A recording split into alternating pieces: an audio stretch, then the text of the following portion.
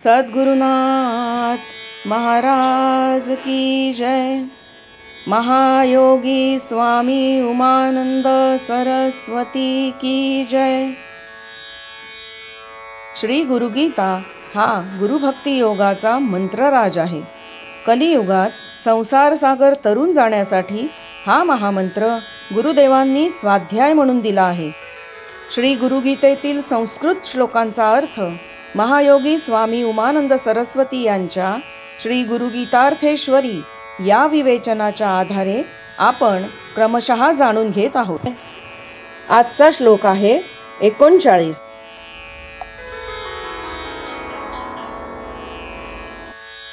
यस्य ज्ञानादिदं विश्वं न दृश्यं भिन्नभेदतः सदेकरूपरूपाय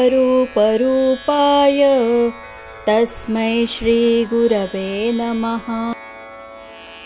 ज्याने दिलेल्या ज्ञानामुळे हे विश्व शिवाहून भिन्न अथवा भेदरूप दिसत नाही, अभेद योग ज्याच्यामुळे साध्य होतो, अद्वैताचा साक्षात्कार ज्याने दिलेल्या ज्ञानाने होतो, एकमात्र सत हेच ज्याचे रूप होय, त्या श्री गुरुला नमस्कार असो। जोपर्यंत गुरु भेटत नाही तोपर्यंतच भेदभाव तू मी आपपरभावातच जीवाची घालमेल चाललेली असते। गुरुकडून ज्ञान मिळाले म्हणजे मात्र त्या ज्ञानाने जीवाचे अज्ञान जाते, तो सर्वत्र एकता बघू शकतो।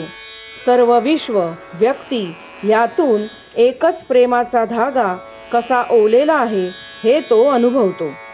हारातील दोऱ्याप्रमाणे नानाविध व्यक्तींतून एकच अव्यक्त चैतन्य व्यक्त होत आहे हे ज्ञान जीवाला होते। बल्ब्स अनेक, लहान मोठे, निरनिराळ्या रंगांचे, पण वीज एकच। सोन्याचे दागिने अनेक, पण त्यातील सोने एकच। लाटा अनेक, पण त्यातील समुद्राचे पाणी एकच। अशी अभेद दृष्टी जीवाला येते। ती गुरु आत्मबोध करतो तेव्हाच। जे जे भेटे भूत ते ते मानी भगवंत, अशी साधना गुरु साधकाकडून करून घेतो। ह्या अभेद योगाने साधक सर्व विश्वच शिवस्वरूप पाहतो।